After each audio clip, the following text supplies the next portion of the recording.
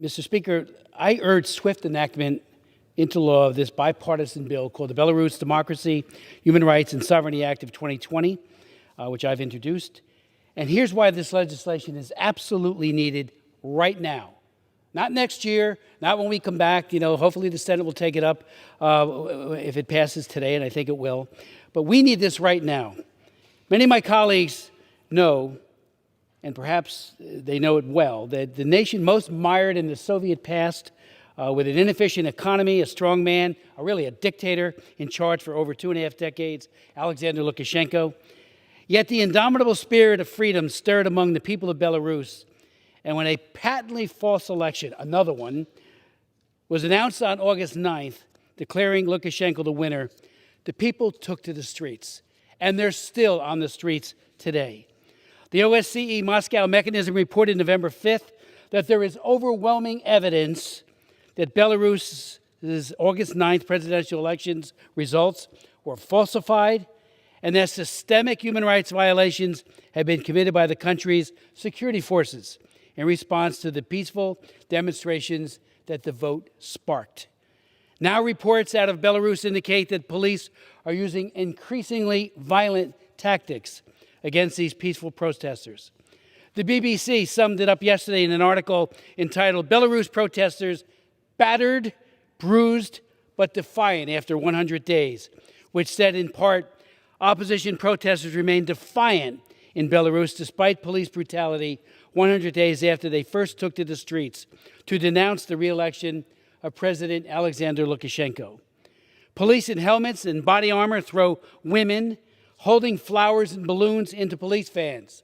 And of course, then it only gets worse. Officers tear gas elderly people on a pensioners' march.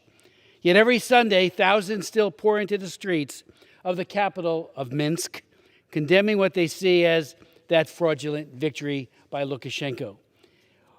There's a report that points out, again, a BBC report, Alisea, a 31-year-old worker in the IT industry, regularly attends the Sunday rallies. On the 15th of November, however, things turned nasty very quickly. When we started to arrive at the square, she said, the march was where it was supposed to start. It was already packed with security forces. As more people gathered, officers fired stun grenades and started hitting people with batons to disperse the crowd. They attacked us again and again and again. It was awful. They ferociously beat people, twisted their arms, and then took them away. She ran into one of the courtyards following other protesters, but police in their minivans quickly caught up with them even there. She was saved, she goes on, by a stranger who hid her and several others in his house. She goes on to say it was like World War II when people tried to hide Jews from the Nazis. It was terrifying, and we were shocked. That particular march was called in memory of Roman Bondarenko, an activist who was so severely beaten while in detention that he died in hospital just last week. Mr. Speaker, the Congress can and we must do our part in this crisis. The people of Belarus, especially the pro-democracy leaders, desperately need our help, and they need it right now. As my colleagues know, the leading opposition presidential candidate, Svetlana Tikhanovskaya, almost certainly won the election in August. She went on to form the Coordination Council. The Democratic opposition is united, it's smart, it's principled, tenacious, and it is extraordinarily brave. Ms. Tikhanovskaya ran a courageous campaign, but today is in exile in Lithuania, in Vilnius, where she continues to rally the Belarusian people and the world and demand that democracy and human rights for all people be given to her nation. A couple weeks ago, I read portions of the transcript of a hearing I chaired in 2011 after another fraudulent Belarusian election put Lukashenko back in power. Then as now, and on so many other occasions, Lukashenko's bullies beat, jailed, assaulted, tortured, raped, and killed peaceful protesters. But now it is going on right as we meet here today as never before. The big mistake of the past, fatigue or lack of commitment and perseverance by the international community, can't be repeated this time. We can't say, be outraged at first, then turn the page and say, now what? We need to have a determined effort to help these people who are struggling for democracy and human rights in their nation.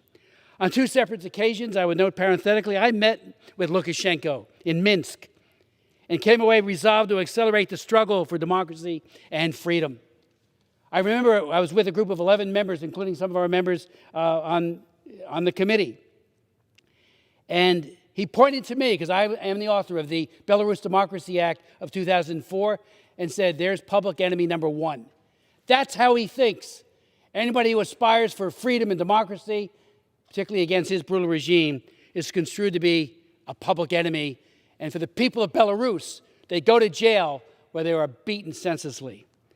Our bipartisan bill, H.R. 8438, again co-sponsored by Mr. Engel, Mr. McCall, Mr. Keating, Mr. Kinzinger, and so many other members of this House, updates, strengthens, and expands the Belarus Democracy Acts of 2004, 2006, and 2011, laws that I also authored, and renews the personal, economic, and visa sanctions on an expanded list of actors in the Belarusian government, and now for the first time on Russian individuals complicit in this crackdown. I would note parenthetically the Magnitsky Act, the idea of personally sanctioning with visa denial, as well as economic sanctions on individuals that led to Magnitsky, came out of the Belarus Democracy Act of 2004.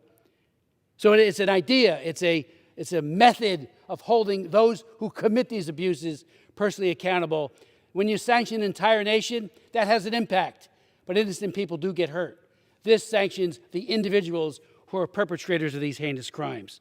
Yesterday, Svetlana again called for the sanctions, just yesterday, for the sanctions that are embedded in our bill. So the time to act is now. The bill also calls, or has other provisions. It does call for new elections. It recognizes the Coordination Council as a legitimate institution to participate in a dialogue on peaceful transition of power. They're the ones we need to be talking to. It calls for the release of all political prisoners, and that number rises by the day. It supports the aspirations of the people to exercise their religious freedom. There's been a crackdown there as well. It authorizes assistance to promote democracy and civil society in Belarus. And on occasions in Minsk, I have met with those individuals. They are brave beyond words because they always know somebody is lurking in the secret police just waiting to haul them off to prison. It unequivocally states that it is the policy of the U.S. not to recognize any incorporation of Belarus into a union state with Russia. Russia is using this crisis as a pretext to further manifest their monopoly of power. They would love, like they did in parts of Ukraine, South Ossetia, Abkhazia, just take the whole of Belarus into their orbit. It requires a U.S. strategy to promote broadcasting, internet freedom, and access to information. In addition, it gives much-needed support to the Belarusian media and to the IT sector. By passing this bill today, followed by, hopefully, swift approval in the Senate and signature into law by the President, we not only reiterate but significantly expand our support and solidarity with the great people of Belarus. We need to pass this bill and call on our Senate colleagues to pass it as well. Yield back the balance of my time.